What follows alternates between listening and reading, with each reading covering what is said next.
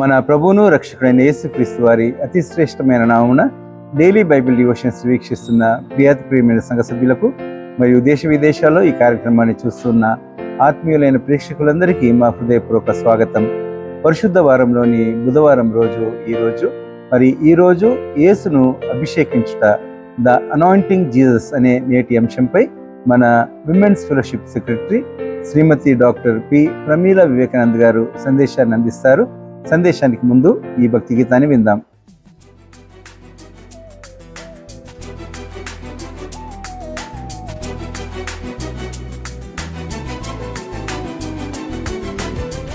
ఆ భోజన పంక్తిలో సీమోను ఇంటిలో అభిషేకం చేసింది అత్తరుతో యేసయ్యను.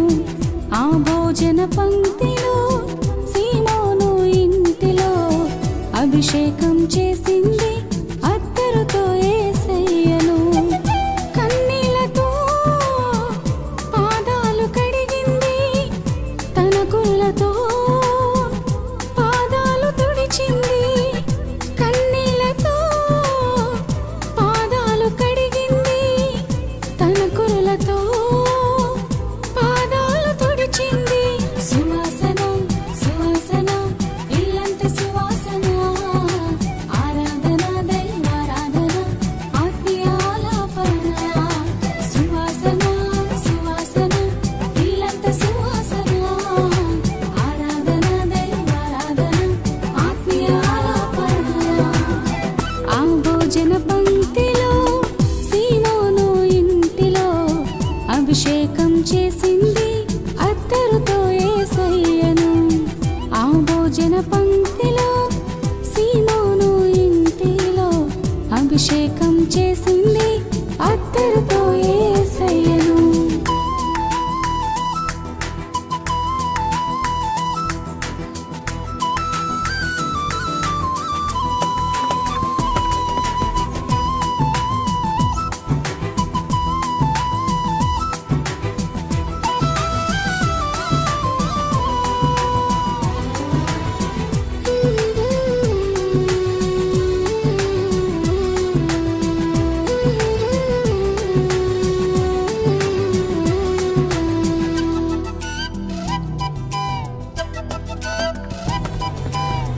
జుంటె తేనె ధారల కన్నా మధురమైన నీ వాక్యం, ఆ వాక్యమే నన్ను బ్రతికించెను.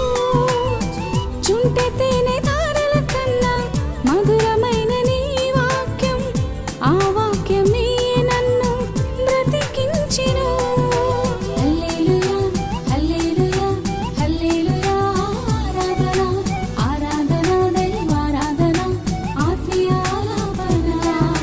హల్లెలూయా హల్లెలూయా హల్లెలూయా, ఆరాధన ఆరాధన దైవారాధన ఆత్మీయ ఆలాపన.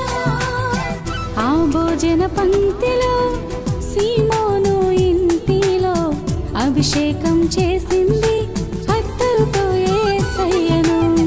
ఆ భోజన పంక్తిలో సీమోను ఇంటిలో అభిషేకం చేసింది అత్తరుతో యేసయ్యను.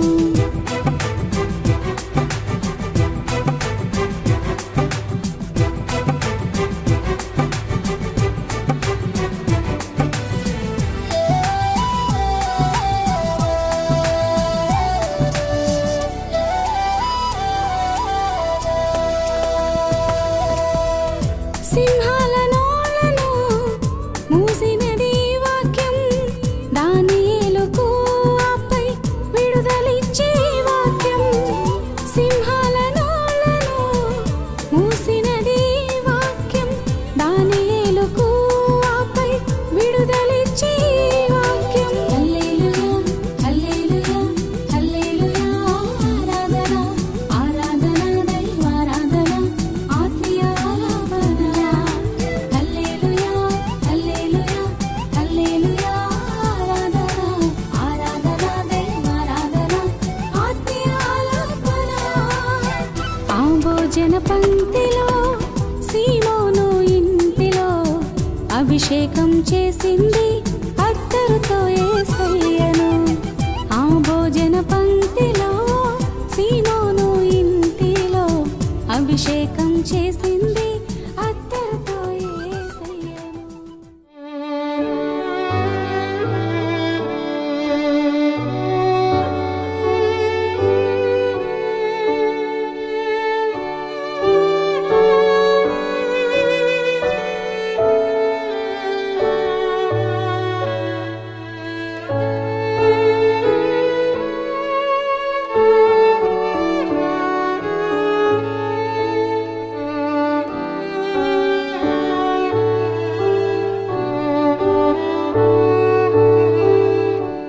ఈ ఉదయకాల ధ్యానమును వీక్షిస్తున్నటువంటి ప్రేక్షకులకు, సంఘ సభ్యులకు ప్రభువైన యేసుక్రీస్తు నామమున శుభములు.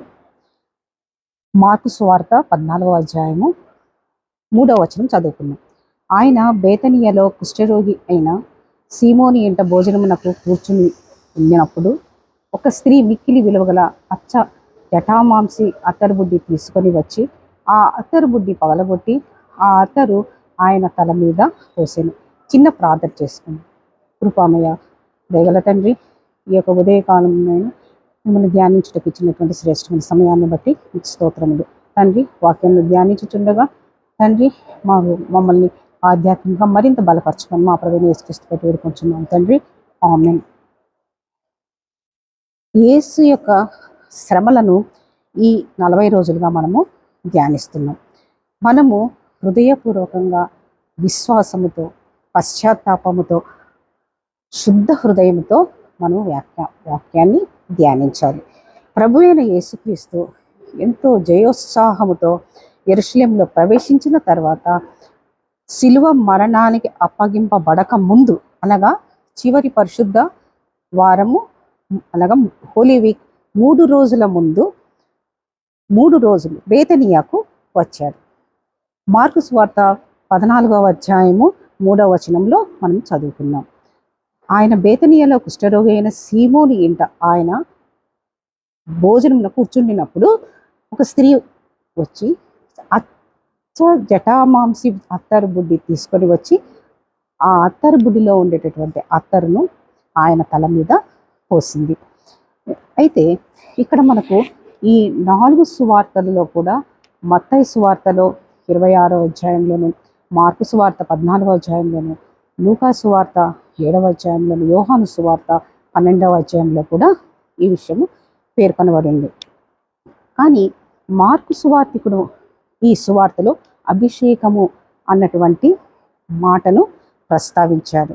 ఈ మార్కు సువార్త 14:8వ వచనంలో గమనిస్తే, ఈమె తన శక్తి కొలది చేసి నా భూస్థాపన నిమిత్తము నా శరీరమును ముందుగా అభిషేకించెను అన్నమాట. ఆ స్త్రీ అత్తరు బుడ్డిలోని అత్తరును నష్టపరిచినందుకు కొందరు కోపపడ్డారు. మరికొందరు ఇంత సొమ్ము నష్టపరచడం ఎందుకు, దీన్ని వెలకెట్టి బీదలకు ఇచ్చేయచ్చు కదా అని ఆమెను చూస్తూ సణుగుకున్నారు. ఆ విషయం మనకు 4-5 వచనంలో కూడా మనం గమనించవచ్చు. అయితే కొందరు కోపపడి ఈ అత్తరు ఈలాగు నష్టపరచనేలా, ఈ అత్తరు 300 దేనారముల కంటే ఎక్కువ వెలకమ్మి బీదలకు ఇవ్వవచ్చునని ఆమెను గూర్చి సణుగుకొనిరి. కాబట్టి కానీ యేసు ప్రభువారు ఆమె యొక్క మంచితనాన్ని, తర్వాత ఆమె యొక్క మెచ్చుకున్నారే కానీ ఆమెను విసుక్కోలేదు. తర్వాత ఆమెని మెండుగా ప్రశంసించారు. మిక్కిలి విలువైనటువంటి ఆ యొక్క జటామాంసి అత్తరు బుడ్డిలోని ఆ అత్తరు ఖరీదు 300 దేనారములు, 300 దేనారములు. ఇందులో మనం 3 విషయాలు మనం గమనించితే, ముఖ్యంగా మొదటిగా మిక్కిలి విలువైనటువంటి అచ్చ జటామాంసి అత్తరు క్రీస్తు తలపై పోసిన స్త్రీ తన ప్రేమను మరియు క్రీస్తు పట్ల విధేయతను, క్రీస్తు పట్ల గౌరవమును, ఆనర్ను ఆ ఉద్దేశంతో ఆవిడ అభిషేకించింది. సంపూర్ణమైనటువంటి సమర్పణతో క్రీస్తును అభిషేకించింది. అందుకే మార్కు సువార్త ఈ యొక్క అధ్యాయంలో 14వ వచనం, 14వ అధ్యాయము 8వ వచనం, 9వ వచనంలో ఈమె తన శక్తి కొలది చేసి నా భూస్థాపన నిమిత్తము నా శరీరమును ముందుగా అభిషేకించెను. సర్వలోకంలో ఎక్కడ ఈ సువార్త ప్రకటింపబడునో అక్కడ ఈమె చేసినది జ్ఞాపకార్థంగా ప్రశంసింపబడునని మీతో నిశ్చయంగా చెప్పుచున్నాను నేను. కాబట్టి ఆమె చేసిన పని జ్ఞాపకార్థంగా ప్రశంసింపబడుతుంది అని నిశ్చయంగా ప్రభు చెప్పారు. తర్వాత రెండవదిగా మనము చూస్తే అభిషేకంలో ఐక్యతను సూచిస్తుంది.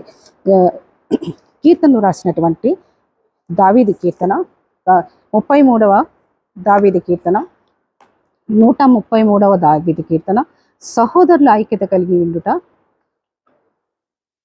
కలిగి నివసించుట ఎంత మేలు, ఎంత మనోహరము.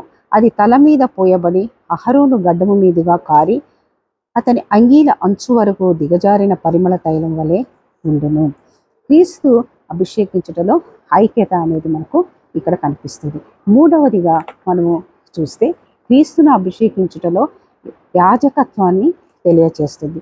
హెబ్రీయులు రాసినటువంటి పత్రిక 5వ అధ్యాయం 9వ వచనం 10వ వచనం మనం పరిశీలిస్తే ఆ వచనాల్లో ఆయన సంపూర్ణ సిద్ధి పొందిన వాడై మెల్కీసెదెకు యొక్క క్రమము చొప్పున యాజకుడని దేవుని చేత పిలువబడి తనకు విధేయులైన వారందరికీ నిత్య రక్షణకు కారకుడాయను.